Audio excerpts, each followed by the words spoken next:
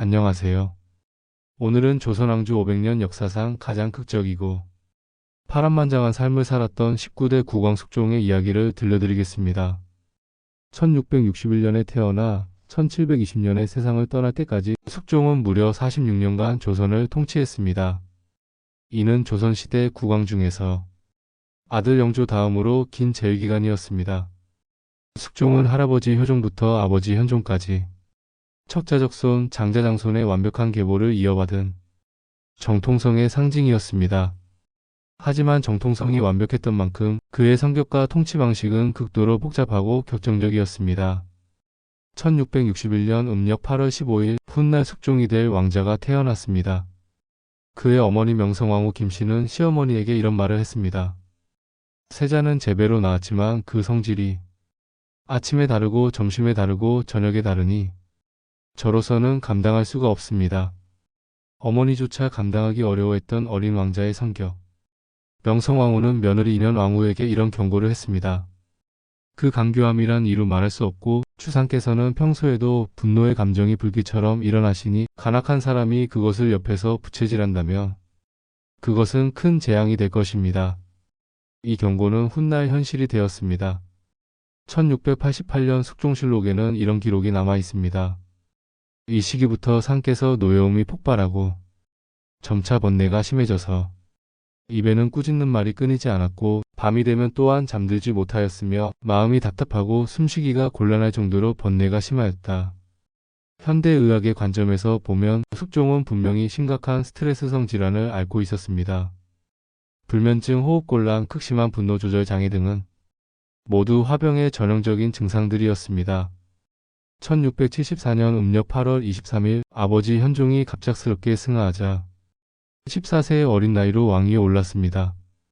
이례적으로 수렴청정 없이 친정을 시작했습니다. 1680년 경신왕국의 발단은 겉보기에는 아주 사소한 사건에서 시작되었습니다. 남인의 영수허적이 용봉차일, 즉 비를 막는 천막을 마음대로 가져간 사건이었습니다. 어느 날 비가 오자 숙종이 허적에게 용봉차일을 가져다 달라고 했는데 이미 가져가 버렸다는 답변을 듣고 크게 분노했습니다. 용봉차일은 단순한 천막이 아니라 왕의 권위를 상징하는 물건이었습니다. 신하가 왕의 허락도 없이 이를 가져간다는 것은 왕권에 대한 도전이었습니다. 허적의 용봉차일 사건은 곧 더 큰 정치적 사건으로 발전했습니다. 허적의 서자 허경과 인조의 손자들이 삼복의 변이라는 역모 사건을 일으켰기 때문입니다. 이 사건을 빌미로 숙종은 남인을 대거 숙청했습니다. 허적을 비롯한 남인의 주요 인물들이 처형되거나 유배되었고 서인이 다시 정권을 잡게 되었습니다. 경신왕국을 통해 숙종은 중요한 정치적 교훈을 얻었습니다. 붕당 간의 대립을 이용하면 왕권을 강화할 수 있다는 것이었습니다. 이것이 바로 한국 정치의 시작이었습니다. 1686년 숙종의 생애에서 가장 중요한 인물 중 하나가 등장합니다. 바로 장희빈이었습니다. 장씨는 원래 인현왕후의 나인이었습니다. 총명하고 아름다웠으며 특히 글씨와 그림에 재능이 있었습니다. 숙종은 이 여인에게 깊이 빠져들었고 곧 후궁으로 맞아들였습니다. 1688년 장씨가 아들을 낳았습니다. 훗날 경종이 되는 이 아이의 탄생은 조선 정치에 큰 파장을 일으켰습니다.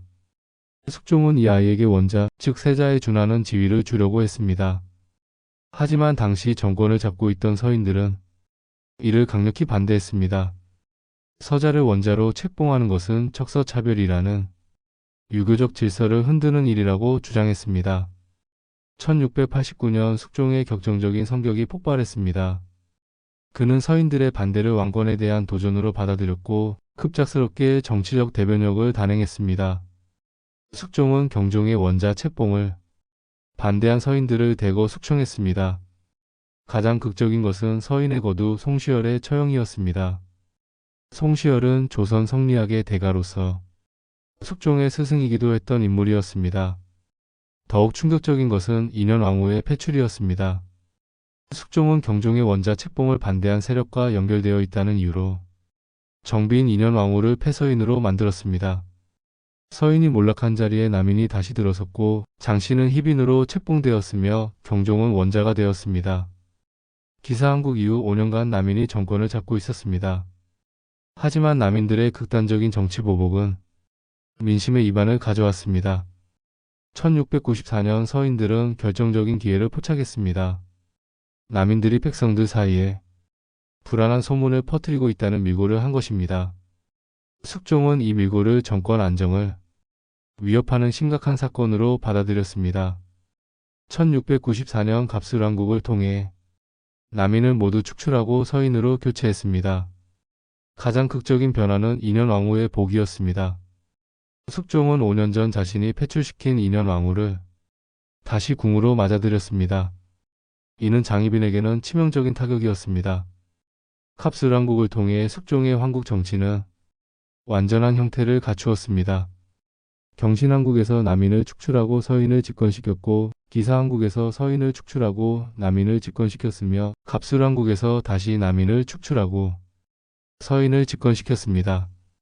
이런 반복적인 황국을 통해 숙종은 강력한 왕권을 확립했습니다. 어느 붕당도 왕 없이는 정권을 유지할 수 없다는 것을 분명히 했기 때문입니다. 갑술왕국 이후 7년간은 상대적으로 평온한 시기였습니다. 하지만 이 평온함의 이면에는 복잡한 갈등이 숨어 있었습니다. 숙빈 최씨는 훗날 영조의 어머니가 되는 인물입니다. 그녀는 원래 무술이 출신으로 궁에 들어왔지만 점차 숙종의 총애를 받게 되었습니다. 숙빈 최씨는 매우 영리하고 정치적 감각이 뛰어난 여인이었습니다. 1694년 갑술왕국 이후 장희빈의 권력이 약화되자 그녀는 장희빈을 완전히 제거하기 위한 계획을 세우기 시작했습니다. 1701년 조선 궁중사에서 가장 극적인 사건 중 하나가 일어났습니다.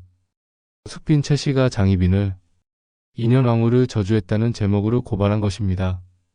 무고의 옥이라 불리는 이 사건의 내용은 충격적이었습니다. 숙빈 최씨는 장희빈이 인현왕후를 해하기 위해 저주를 걸었다고 주장했습니다. 숙종은 이 고발을 받아들였습니다. 조사 결과 장희빈은 유죄로 판명되었고 1701년 10월 사약을 받고 죽었습니다. 이 사건은 단순히 한 여인의 죽음으로 끝나지 않았습니다. 장희빈과 연결되어 있던 남인들이 대거 숙청당했습니다. 무고의 옥을 통해 남인 세력은 거의 정치적으로 소멸되었습니다. 무고의 옥 이후 1년도 되지 않아 인현왕후가 세상을 떠났습니다. 1701년 장희빈이 죽고 1702년 인현왕후가 죽은 것입니다. 인현왕후의 죽음은 숙종에게 큰 충격을 주었습니다. 그는 뒤늦게 자신의 정치적 결정들이 가져온 비극을 깨달았습니다. 특히 장희빈의 죽음에 대해 후회하는 기색을 보였다고 전해집니다. 숙종은 정치적 격변 속에서도 실질적인 개혁 정책을 추진했습니다. 가장 중요한 것이 대동법의 전국 확장이었습니다. 대동법은 기존의 복잡한 공납 제도를 쌀로 통일해서 받는 제도였습니다. 숙종은 이 대동법을 전국적으로 확대 실시했습니다. 이런 경제개혁은 조선 후기 상업 발달의 토대가 되었습니다. 숙종은 상평통보라는 동전을 만들어 전국에 유통시켰습니다. 이전까지 조선에서는 주로 쌀이나 포목을 화폐로 사용했는데 상평통보의 도입으로 상거래가 훨씬 편리해졌습니다. 숙종은 대외관계에서도 중요한 성과를 거두었습니다. 1712년 백두산 정계비 설치로 조선과 청나라 사이의 국경을 명확히 했습니다. 또한 독도 영유권도 확실히 했습니다. 1696년 안영복이 일본에 건너가 독도가 조선 땅임을 확인받은 사건을 적극 뒷받침했습니다. 숙종은 역사 정리 작업도 적극적으로 추진했습니다. 1698년 단종을 완전히 복권시켜 단종으로 복원했고 단종에게 충성한 사육신도 복권시켰습니다. 이런 역사 정리 작업은 조선 왕조의 정통성을 재확인하는 의미가 있었습니다. 숙종의 가장 큰 업적은 강력한 왕권을 확립한 것이었습니다. 한국 정치를 통해 어느 붕당도 왕 없이는 정권을 유지할 수 없다는 것을 분명히 했습니다. 숙종의 강력한 왕권은 이후 영조와 정조에게도 이어졌습니다. 조선 후기 왕권의 토대를 마련한 것이 숙종의 가장 큰 업적이었습니다. 하지만 한국 정치는 조선 정치에 큰 독이 되었습니다. 붕당 간의 대립이 극도로 격화되어 서로 죽여야만 살아남을 수 있는 무서운 정치 문화가 만들어졌습니다. 이런 반복적인 숙청은 조선의 정치적 안정성을 크게 해쳤습니다. 특히 숙종사후 경종과 영조시대의 각종 정치적 갈등은 모두 숙종시대 한국 정치의 후유증이었습니다. 숙종은 매우 복잡한 인간상을 가진 인물이었습니다.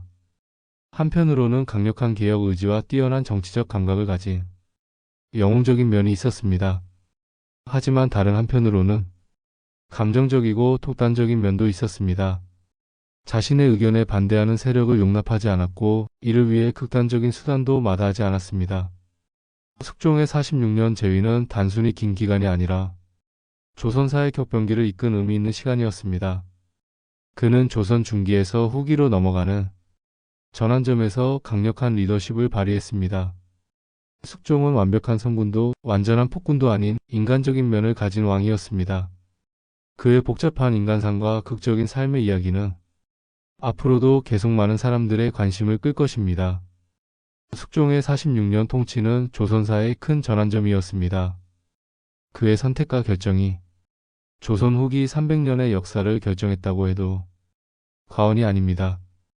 역사는 결과로 평가받지만 그 이면에는 복잡한 인간사가 있습니다. 숙종의 이야기가 우리에게 주는 교훈은 권력의 무게와 선택의 중요성, 그리고 인간의 복잡함에 대한 깊은 성찰입니다. 오늘의 이야기는 여기까지입니다. 함께 해주셔서 감사합니다.